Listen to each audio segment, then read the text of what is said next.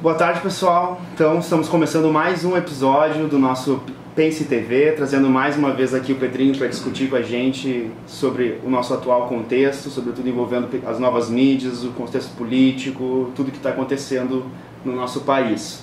A gente gostaria de agradecer muito a todas as pessoas que assistiram o nosso vídeo, que compartilharam, que curtiram, que fizeram perguntas, deixaram comentários. Queria agradecer enormemente ao Henrique, ao Bruno, que fizeram até uma trilha para nós colocarmos aqui no nosso canal. Nos próximos episódios a gente vai conseguir deixar um som ambiente para melhorar um pouco a qualidade do nosso vídeo. Agradecer a todas as pessoas também que fizeram comentários, que fizeram perguntas. Hoje a gente vai então começar logo adiante respondendo algumas perguntas que foram feitas. Gostaria de agradecer a pergunta aqui da Evelyn Mônica Paturi, que ela nos lembrou uma questão que a gente não está acostumado mesmo, que é super importante, que ela deixou um comentário falando que seria importante que tivesse legendas nos vídeos para as pessoas que problemas auditivos, pessoas que não conseguem ouvir, possam ler e acompanhar o vídeo. Como a gente está começando e está aprendendo agora, a gente vai tentar liberar já no YouTube para que as legendas automáticas sejam incorporadas aos vídeos. A gente sabe que essas legendas elas não são precisas, porque é feito automaticamente. A gente infelizmente não tem recursos para colocar aqui uma pessoa para fazer de fato as legendas corretas, mas foi muito importante a lembrança dela, que realmente passa despercebido essa grande comunidade de pessoas. Até fiquei curioso para saber quantas pessoas estão na condição de surdez no Brasil. E a gente vai tentar o máximo possível deixar mais acessível para o maior público possível de pessoas. A gente vai fazer o possível, se até a Evelyn quiser nos mandar mais dicas de como a gente pode colaborar para manter mais acessível para as pessoas, ela pode nos mandar. Então, deixa eu ver então, Pedrinho, por onde a gente começa? Pois é, mas eu quero também saudar a turma. Não faz nem uma semana que a gente gravou o primeiro. Quanto feedback eu já recebi! Mas é incrível, a gente nunca prestava atenção na importância. Quanta gente que me telefonou, me encontrou, disse que vai acompanhando, realmente é surpreendente. Eu estou muito grato e vamos ver assim, essas perguntas que mandaram são essenciais, porque de fato, né, André, a gente redirecionou em parte a partir das perguntas que mandaram, claro, porque isso interessa. Então tá, Pedrinho, vou passar aqui então. A gente recebeu perguntas do Ricardo, da Adriane Roso, do Jorge Delmar, que por acaso é meu irmão. Valeu, obrigado. Eu vou passar então, Pedrinho, para a primeira pergunta. Depois da Evelyn, tu quer começar por alguma específica que tu acha? Não, vamos com essa mesmo do Delmar. Eu acho que é bem interessante, que já introduz o tema talvez central que a gente quer discutir hoje. Tá, a pergunta do Delmar foi o seguinte: o professor deu exemplo em reuniões onde todos falam. Mas não foi essa liberdade da internet, em que todos falam, que deu oportunidade para o fascismo, através da pós-verdade, ascender no Brasil e no mundo? Como conciliar? Eu mandei o Jorge, meu irmão, mandei um livro da pós-verdade para ele, lá no Mato Grosso, ele leu, então ele deve estar antenado. Falar em pós-verdade, né? Esse é o livro, né? Que futuramente a gente vai falar, mas eu estou admiradíssimo como nós escrevemos isso no ano passado. Como tudo que a gente estava vendo e discutindo lá está acontecendo agora. Já faz quase 2 anos, né? A gente escreveu no início. Começou a pensar. Mas, André, a questão então das novas mídias, olha, é importante a gente distinguir para não ser leviano e para ser honesto. Quando a gente fala em comunicação, tem que distinguir entre mídia impressa e mídia eletrônica. A mídia impressa é jornal, revista, livro, cada um faz o que quer, registra em cartório, ponto final. Quando a gente fala em mídias, em geral se refere à mídia eletrônica. Agora, dentro da mídia eletrônica, tem também distinções. Até há pouco nós tínhamos as TVs, nós não tínhamos essa parafernália imensa das novas mídias sociais e novas agências. Então a gente está realmente sem saber o que fazer diante dessa avalanche. Mas umas coisas são interessantes notar, até a Maria Rita, que nos acompanha também, ela sugeriu no fundo, qual a diferença entre você assistir televisão, canal aberto, que aliás, eu achava que 70% do pessoal ainda se informa pela TV aberta, não é, parece que 1/3 apenas. A pesquisa que está sendo feita é que 1/3 ainda se informa pelas TVs abertas e 2/3 pelas mídias sociais. Mas a mídia, a TV aberta, oficial, os 5 grandes canais, eles se diferenciam um pouco porque eles têm umas qualidades importantes. Eles precisam manter a credibilidade. E eles são facilmente acessíveis. Então não quer dizer que eles também não criem fake news e coisas assim. Mas eles têm, é muito mais fácil você responsabilizar.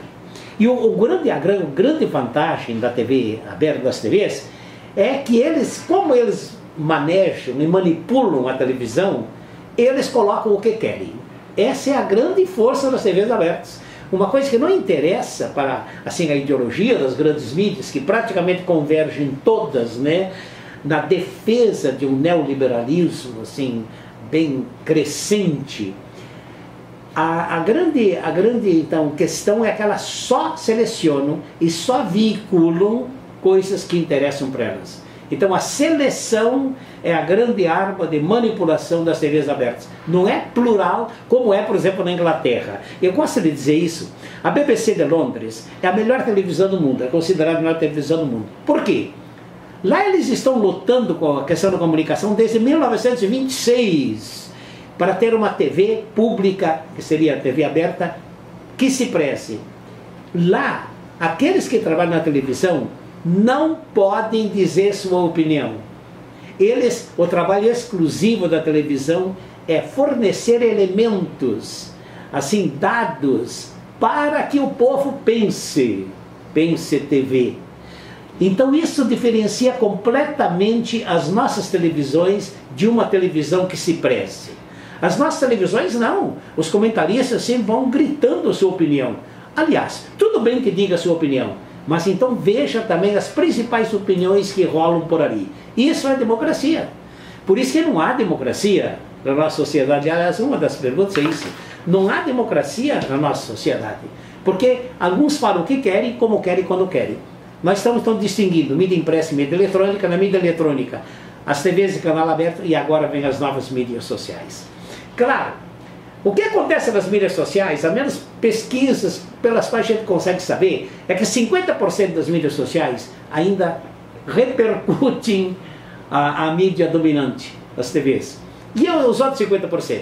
Quando a gente vai na internet e procura uma notícia para ver se ela é verdadeira ou não, as principais portais é Folha de São Paulo, Estado de São Paulo, o UOL. São esses que pintam, né? Esses que eram. Mas agora, a questão agora dessas outras mídias que proliferam barbaramente é que nós temos de criar algum critério para saber a credibilidade deles. Eles, claro, as mídias abertas criam o seu público. A gente acha que elas têm muita força. Tem quando viraliza, porque então elas se esparramam por todas as mídias. Mas em geral eu tenho a minha comunidade, tenho o meu grupo, falo com eles. Aliás, uma coisa às vezes muito assim personalizado, né? Narcisístico, porque os próprios programas e os algoritmos fazem com que eu só veja aquilo dos meus amigos, aquilo que interessa para mim. Se a pessoa não tem, então não pense TV, se a pessoa não pensa, se não tem um espírito crítico, ele vai ser facilmente manipulado pelas mídias sociais. E tem mais uma ainda. Nas mídias sociais, essas que não tem controle, saem as maiores barbaridades. E a gente analisando então a criação de fake news, grandes... Eu acho que vamos entrar logo nesse ponto. Nesse livro aqui no ano passado, André, eu acho que você lembra, a gente ficava se perguntando, é possível resistir? Porque a gente estudou o caso da Cambridge Analytica, Analytical Cambridge. O que eles fizeram? Eles eram empresas que assim, faziam campanhas políticas, faziam também campanhas militares, campanhas econômicas, mas no caso das campanhas políticas, fizeram a campanha do Trump, fizeram a campanha do Brexit, da saída da Inglaterra. Mas como que eles agiram? Eles conseguiram, então, reconhecer grupos mais ou menos semelhantes de pessoas que tenham assim o mesmo perfil, que pensavam mais ou menos do mesmo jeito. Mas onde que eles foram buscar então os dados dessa gente? Foram buscar no Facebook. E só para os Estados Unidos o Facebook forneceu para a Cambridge Analytica 80 milhões de perfis. Então a Cambridge trabalhou sobre esses 80 milhões. Aliás, tem 2 vídeos, André. Isso. A gente vai agora, essa semana, entre o final da semana passada e início dessa semana, começou a circular na internet 2 vídeos extremamente interessantes que retratam exatamente isso que o Pedrinho está falando, sobre a influência da Analytica Cambridge no Brasil, nas eleições de agora que a gente está enfrentando e que tem tudo a ver com a nossa realidade. A gente vai deixar esses 2 vídeos na descrição do vídeo, os links para vocês assistirem, que são fundamentais para a gente poder divulgar também sobre isso e para nos ajudar a entender o que está acontecendo, porque muitas pessoas, a gente está perdido, né? A gente está assim, bom, mas o que está acontecendo? Isso não é algo que começou agora, não é algo que começou há 2 anos atrás, é algo de bastante tempo, né? Mas aí, o próprio Zuckerberg, que é o dono do Facebook, foi chamado às falas sobre essa questão de fornecer os dados, etc. Então ele foi lá, se desculpou, disse que de fato ele tinha agido erradamente, mas acontece que isso ainda está acontecendo. E a gente não está sabendo até que ponto o Brasil está sendo usado dessa maneira. Esses 2 vídeos são excelentes, porque são os primeiros dados que a gente tem do que está acontecendo agora, nessa semana, nesses dias, porque o próprio Bannon, esse é um nome, gente, um nome perigosíssimo. A Time tem uma fotografia dele, e o subtítulo é um grande manipulador. E sabe que, pensando bem, é mesmo. Porque é ele o estrategista que há por trás de todas essas campanhas que tem milhões à sua disposição. Esse fulano foi procurado por um dos filhos de um dos candidatos, que eu não vou falar o nome aqui, e ele falou que ele ia colaborar na campanha. Quem me diz então que esse revertério, vamos abrir o jogo, esse revertério, por exemplo, de milhões de mulheres que vão à rua, no dia seguinte a pesquisa deu assim 6% de rejeição. E a subida ainda do candidato contra o qual essas mulheres estavam. Como é possível entender isso? Agora a turma está mais ou menos entendendo. Nós não somos aqui vitimistas ou se queixando. Nós queremos que as pessoas pensem. E as pessoas têm de pensar para não serem manipuladas. Inclusive o título de um dos vídeos é justamente esse: a sua tia não é fascista, ela está sendo manipulada. Que isso está acontecendo nas famílias de todos os brasileiros hoje, as pessoas entrando em confrontos virulentos em função de opiniões de pessoas que a gente nunca imaginou que poderiam sustentar essas opiniões, né? De onde é que estão vindo essas opiniões? Inclusive um outro vídeo que eu acho que você também vai pôr, do Jensen Stanley, que é onde como funciona o fascismo. Esse vídeo é bom porque ele não é partidário, é um estudo, assim, entre aspas, científico de como funciona o nazismo. Então ele pega e vai analisando os vários pontos, inclusive a mitificação do passado, no passado que era bom, no passado que era bom, que no caso brasileiro foi a ditadura, né? Coisa impressionante. Depois a propaganda, como isso funciona. Esse vídeo também é muito importante, porque ele traz o traço do Stanley, desse filósofo, que é um filósofo de Yale, nos Estados Unidos, e depois mostra como está acontecendo na prática, que hoje, nessa manhã, nessa tarde, vai acontecer amanhã.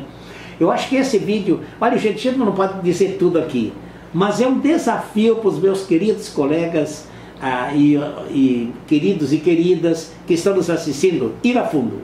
Então isso eu acho que é fácil de acessar. A gente vai deixar na descrição do vídeo. Então, um pouco dando um final nessas novas mídias, nós estamos sem saber o que fazer. Nós temos de prestar uma atenção enorme para poder ver a credibilidade que essas novas mídias têm. Porque cada um se mete a procurar. Por isso que nós aqui insistimos, eu digo, vamos abrir o jogo. Eu estou dizendo que, e desde o começo eu acho que já disse isso no outro, não acreditem nisso que nós estamos falando aqui. Nós não queremos ser de novo alguém que cabresteia e vai trazer. Não. Por isso as perguntas para a gente, sobre as perguntas, e nós vamos ser honestos. Todas as perguntas que vierem, a gente vai tentar dar conta enquanto possível. É um pouco isso, então, essa questão do Delmar mexeu no cérebro da questão. O que eu fiquei pensando assim, nessa pergunta que o Jorge fez, é a importância, Pedrinho, da gente pensar a mídia como um objeto de educação popular. Eu ouvi esses dias um vídeo também que se falava assim, autodefesa midiática. Porque, de fato, a pergunta que ele faz é a seguinte: não foi a liberdade da internet que está permitindo então a gente retornar democraticamente para uma opressão? Como que a gente consegue lidar com essa questão? Talvez seria investir nos processos das pessoas terem uma capacidade crítica de criticar aquilo que elas veem, né? E uma das coisas que a gente percebe é que, claro, que esse movimento das redes sociais, ele parte, evidentemente, dos jovens. São eles que constroem os vídeos, os memes, essas questões todas da internet. Porém, o que a gente consegue perceber, em função inclusive das eleições, e pensar quem é os maiores eleitores dessas eleições, é que quem é fisgado por isso não são necessariamente os mais jovens. Quem é fisgado por isso são também as pessoas mais velhas, pessoas mais idosas que viviam num outro contexto, em que a notícia que aparecia era verdadeira, era real. Né? E são terrivelmente fisgados. Mas, André, eu teria também um outro ponto, podemos passar? Tá. Um outro ponto que para mim é candente e é assim crucial. A Hannah Arendt, que a gente está lendo, a gente está vendo, a grande filósofa da política, ela diz que a essência da política é a discussão pública. A polis grega, ela se caracteriza porque é lá que dá o espaço da liberdade. Então, desculpe, a polis grega era um lugar onde todo mundo podia falar, sem restrições, e o debate público trazia os projetos para a construção da cidade. O que eu estou vendo no Brasil, e aqui eu digo isso com um pouco de dor, né, é que de fato nós não temos debate. Nós não sabemos ainda, eu estou com medo que a gente entre e dê um passo no escuro. Porque, meu Deus, as pessoas se furtam ao debate. E por que não chegam, não abrem o jogo? É o que está acontecendo agora. Como a gente sabe, de fato, os dois candidatos? Isso é uma coisa seríssima para o Brasil. E vão devagar, esperando. Será que nós não vamos ter assim, um debate frente a frente, olho no olho? Eu acho isso seríssimo. E tem mais. Esse silenciamento é pior, porque no nosso caso, tinha um vice... Nem o debate para vice-presidente, candidato a vice-presidente, é permitido.